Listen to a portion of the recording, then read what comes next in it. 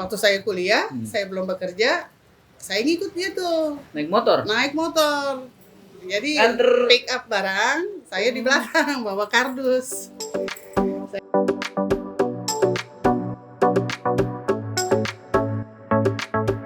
Ya, Sobat WK, Sobat Tribun Tangerang. Sekarang saya sudah bersama istri Gubernur Banten, Andra Soni, namanya Ibu Tina ya Bu. Beliau belum mau dipanggil Ibu Gup, manggilnya Ibu Tina aja. Jadi tadi saya udah ngobrol sama Bapak Bu soal rumah ini gitu. Katanya rumah ini dibeli buat meyakinkan Ibu juga sih.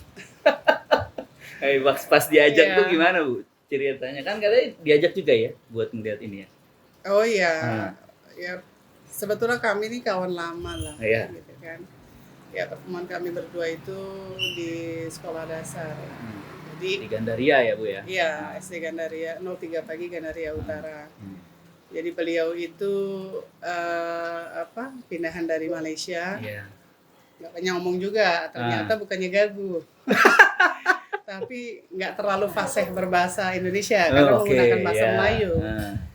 Jadi belum bisa ngomong lu gue gitu, bahasa anak Jaksel lah pada saat itu.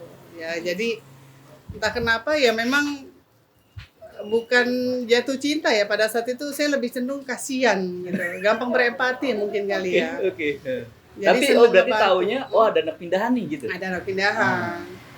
Kalau beliau kan dibilang ganteng, di mata saya mah ganteng. Iya. Tapi kalau di mata yang lain saya nggak tahu ya. Cuman saya gampang berempati lah gitu kan. Dengan orang yang punya kesulitan-kesulitan tertentu, apalagi kan hanya faktor bahasa mungkin ya. Terus faktor budaya walaupun nggak jauh-jauh amat, tapi saya rasa mungkin penyesuaian juga agak sulit pada saat itu, apalagi kan beliau laki-laki. Jadi ya ada lah geng saya waktu SD itu ya ikut ngebantu lah, kita sama-sama saling bantu dalam segi pelajaran, pergaulan. Berarti sekelas Bu ya? Sekelas, memang satu kelas, kita di negeri itu cuma satu kelas. Dan pada saat itu kelas kita tuh kelas pagi. Bukan di kelas kan kalau SD negeri itu kan dibagi ada kelas pagi, ada kelas siang karena keterbatasan kelas kan. Jadi kita di kelas paginya, di sekolah paginya. Berarti 2 tahun itu berempati gitu? Awalnya.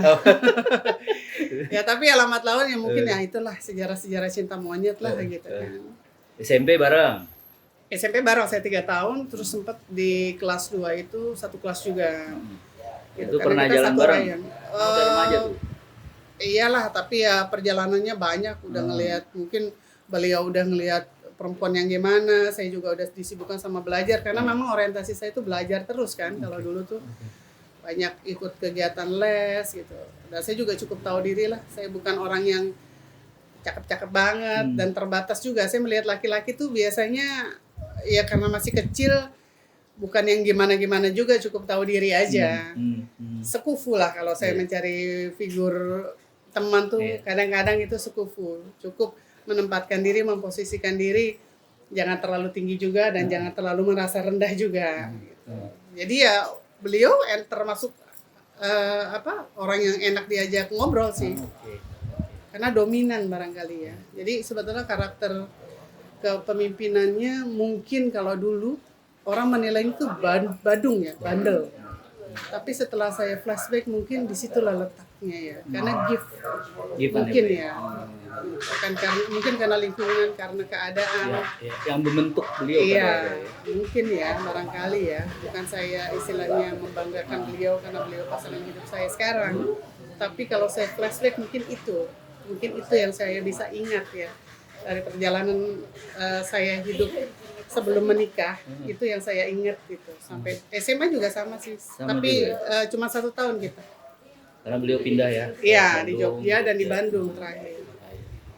Itu intens tapi komunikasi, tapi dulu susah ya? Telepon rumah ya? Enggak sih ya, begitu-gitu aja sih. Tapi itulah mungkin yang saya rasakan, kalau di istilah-istilah tuh dunia sedaun kelor ya, saya ini ngerasain. Kembali lagi akhirnya ketemu dalam kondisi kerja. Enggak, justru tiba-tiba beliau itu cari kontak saya gitu loh, terus saya ketemu lagi dan kita nggak ada kesulitan untuk ngobrol, mungkin karena kita punya histori yang sama. gitu kan. Dia senang ngobrol, saya juga senang ngebentuk cerita-cerita tentang kawan-kawan lama.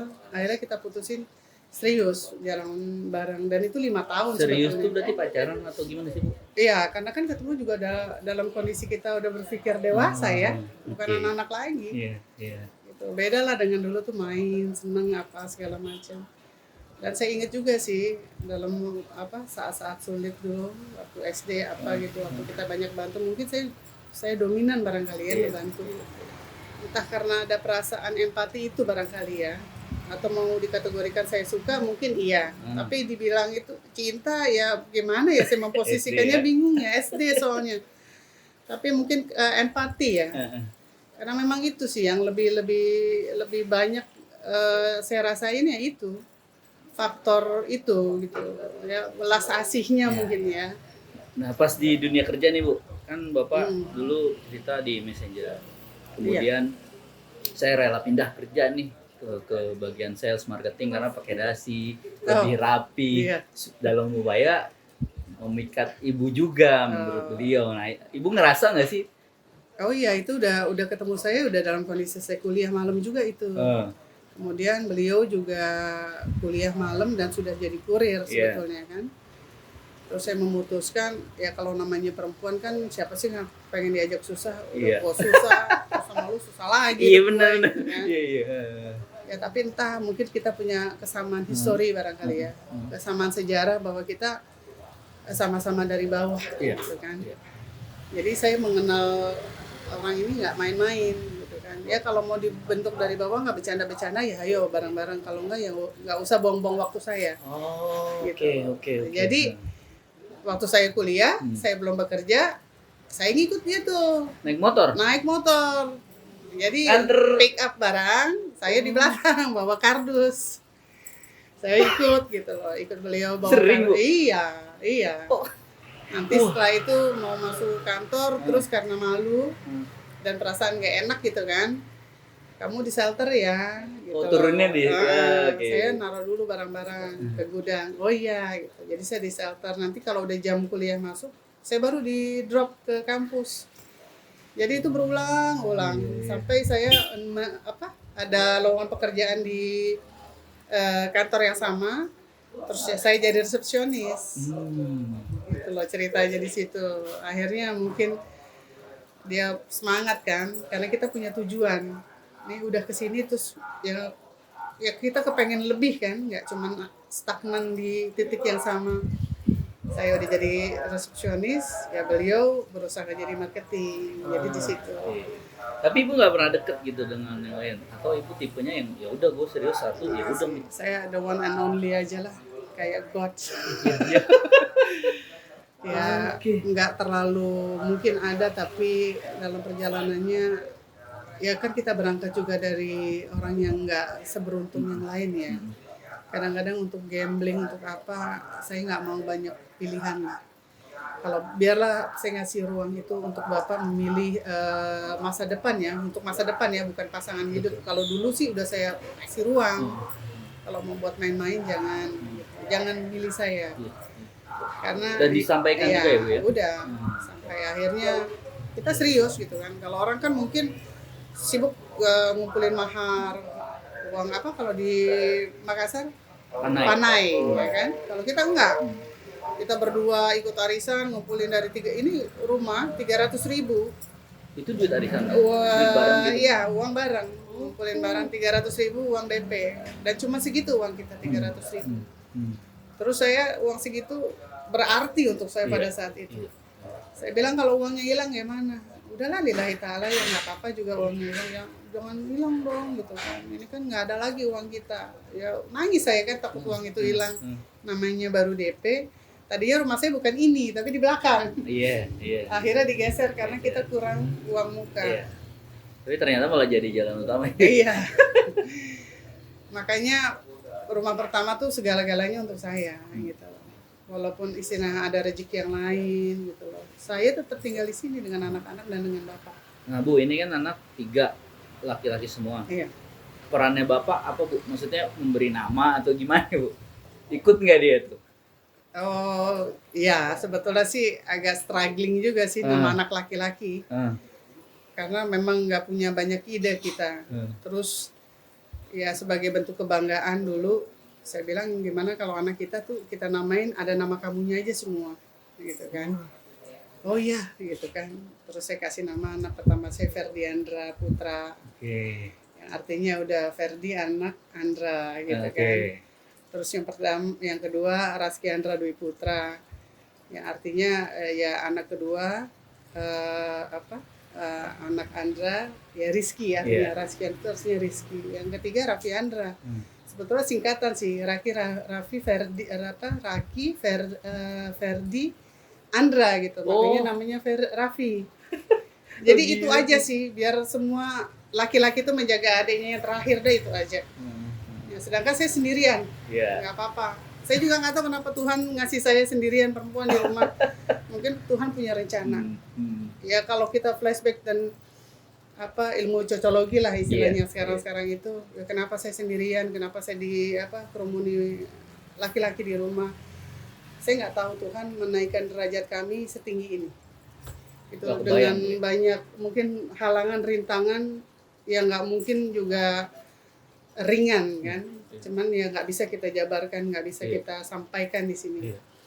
Jadi akhirnya saya berpendapat ya udah ini udah jalan kita gitu kan, ini udah takdir baik kita gitu ya, di samping banyak orang-orang baik mengelilingi kita berdua gitu, keluarga kita juga alhamdulillah ya nggak kita duga-duga sampai sejauh ini, ya udah gitu kan. Bu sempat Anak-anak khawatir nggak sih Bu, maksudnya khawatir ya. Iya. Iya. Pada waktu proses atau malah justru setelah Ya, ditetapkan atau dinyatakan kan KPU ya sudah sebetulnya after diterima. and before sih ya. Yang lebih sebetulnya kan saya juga nggak kepengen bapak itu post power syndrome. Oke. Makanya saya itu sebetulnya sampai saya itu bilang sama bapak itu, kalau Bambang Pacet selalu bilang Korea Korea. gitu kan.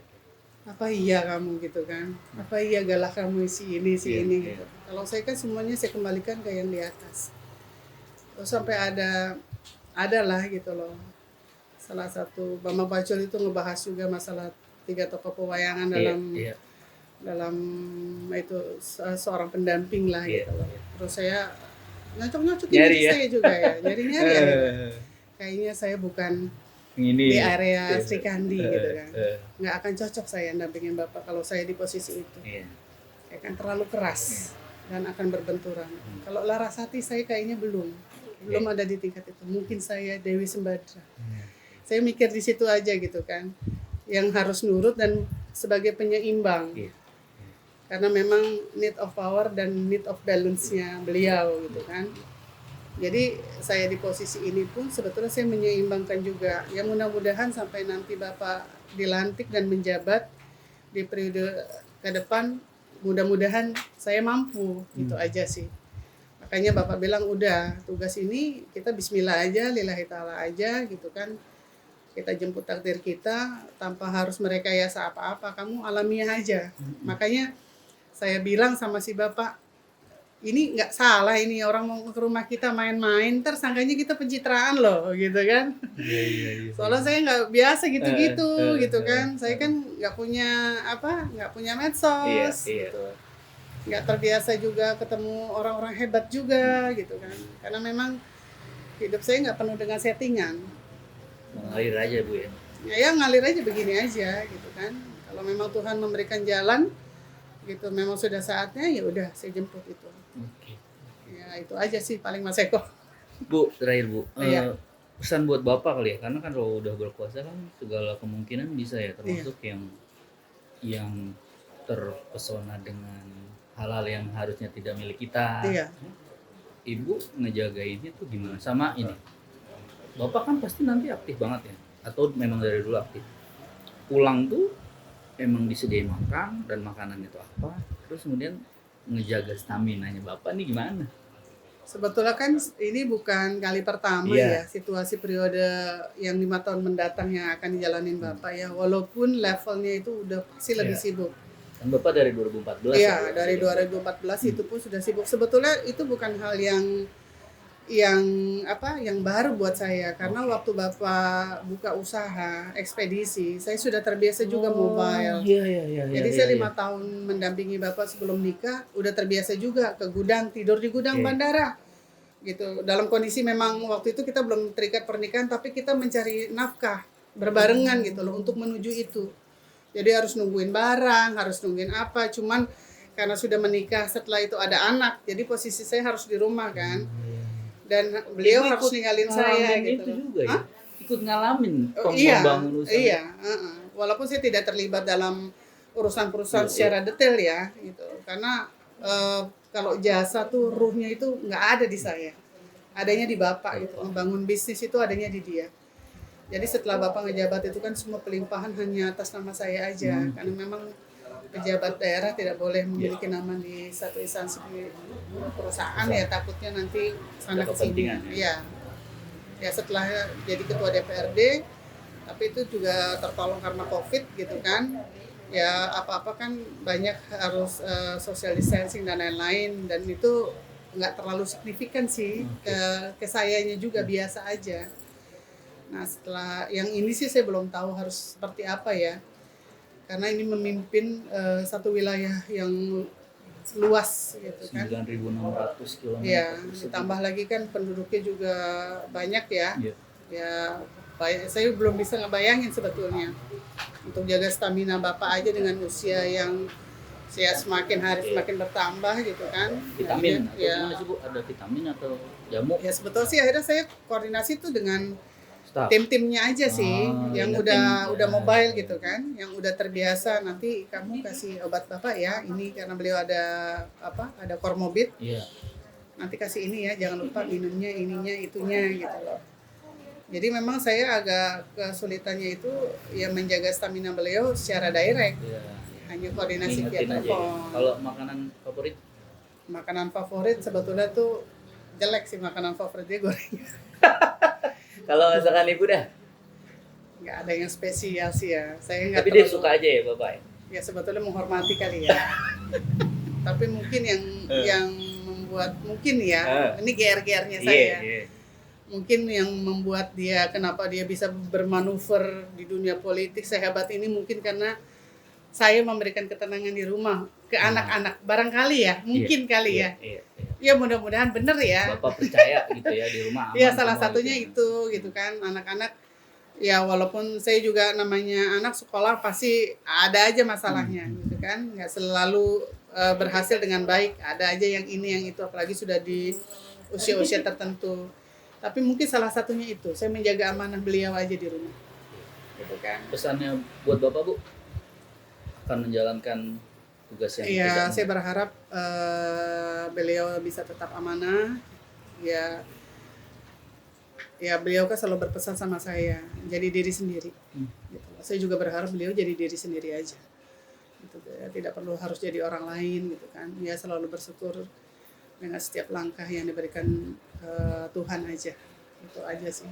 Ya semoga dengan begitu kita tetap dilindungi, tetap humble aja gitu loh. Tanpa harus yang seperti orang-orang cerita pencitraan lah apalah gitu kan. Ya saya kembalikan aja ke penilaian masyarakat aja lah, bagaimana kita sebetulnya gitu kan. Tapi pernah diajak ngobrol politik nggak sih Bu? Dimintain pendapat gitu? Pernah. Oh pernah juga? Iya, itu politik kamar. Oh iya. Rahasia itu. Oh, siap. Baik. Dalam. Ibu Tina, terima kasih Iya, banyak makasih banyak, waktunya. Mas Eko, ya.